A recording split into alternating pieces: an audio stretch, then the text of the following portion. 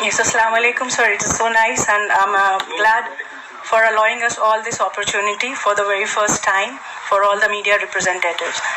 Sir, my first and foremost concern is regarding the education sector, where I'm concerned about the well-being of the future of our generation.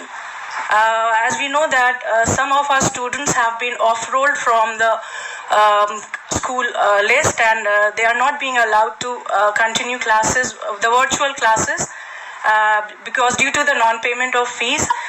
Here I would like to remind that a lot of Indian community workers are from the unorganized sector who are not being able to pay the fees due to the ongoing crisis of COVID-19. My request to you most humbly is to request the school authorities, the principal of the our CBSE government and private schools, to kindly allow these students for at least a period of 3 months as a levy, and so that there are also concerns about the psychological well-being of these children who are staying at home, locked down at home with no opportunities to interact with the outer world or other opportunities to help in the learning and growth. So this is a period where we are doing community work and helping the as our outreach program or through our humanitarian efforts to reach out to the people. Our kids in such situation are also in need of our help and concern. So I would request if you could let out a brief message of request to the principals to allow such students, and beyond 3 months period, considering the expenses made by the schools and the rent and the teachers' salaries that the schools need to pay. So the steps could be taken beyond the 3-month grace period. Another concern for me is, it's not a concern, rather a humble request. Like we are now in our 4th month beyond the coronavirus as it started affecting Saudi Arabia.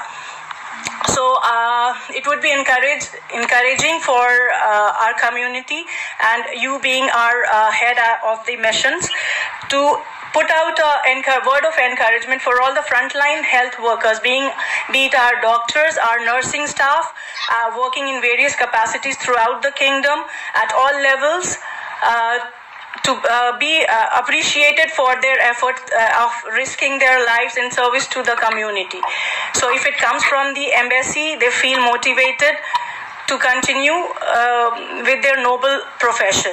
Another appreciation I would request is for all the volunteers and particularly the teachers, because as we know, there is a huge pool of female teachers and who have started on the virtual landmark of beginning taking classes on the virtual platforms. It is not easy for ladies. Not all women are proficient enough to take on a change in the challenges in their way of profession, and they have done it marvelously well.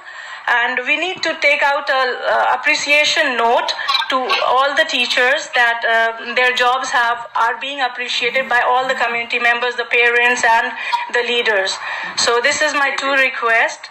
And rest, I would also like to suggest about engaging the community in activities, as we have been doing for other cultural days, with by throwing out a singing competition or a virtual, maybe a painting competition, so that the children get an opportunity to engage. And they feel that life is happening around, because it is a very traumatic situation if we take things very seriously. But the little lots, our future generation, little children, should feel that life is happening around. We can throw out a little painting competition on COVID-19 situation, as most of the some of the embassies abroad are also doing. So we could let this an opportunity as a fruitful memory, as a beautiful memory with the children, to engage in such community events and be appreciated for it. Thank you so much. So the last thing, of course, you must be aware that last week, a couple of weeks back, we did have this. ICCR has launched a major global initiative for art. Many artists all over the world can kind of. This link was also there. It's still valid. I think it's still valid, so you can go on the website and see.